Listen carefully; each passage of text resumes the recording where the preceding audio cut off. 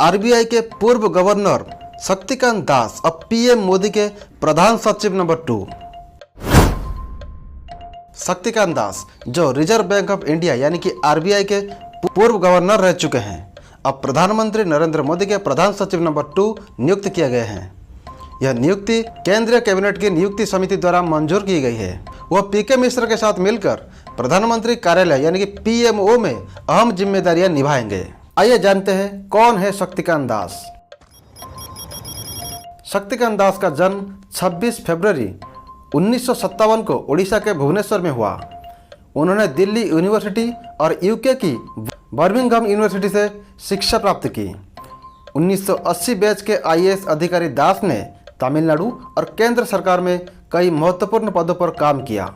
दिसंबर 2018 में वह आरबीआई के गवर्नर बने और दिसंबर 2023 में रिटायर हुए।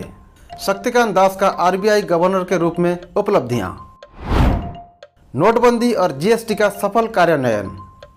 नोटबंदी के दौरान दास आर्थिक मामलों के सचिव थे और उन्होंने इस प्रक्रिया को सुचारू रूप से संचालित करने में महत्वपूर्ण भूमिका निभाई।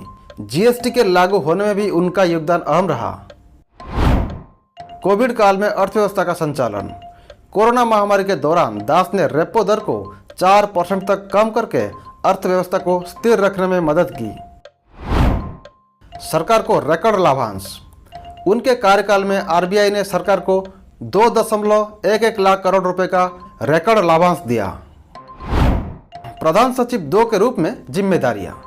प्रधान सचिव 2 के तौर पर शक्तिकांत दास को पीएमओ में प्रशासनिक और नीतिगत मामलों में प्रधानमंत्री को सहयोग देंगे।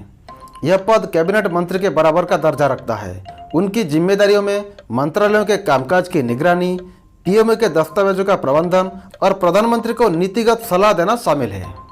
शक्तिकांत दास का यह नया पद उनके अनुभव और नेतृत्व क्षमता को और भी व्यापक मंच प्रदान करेगा।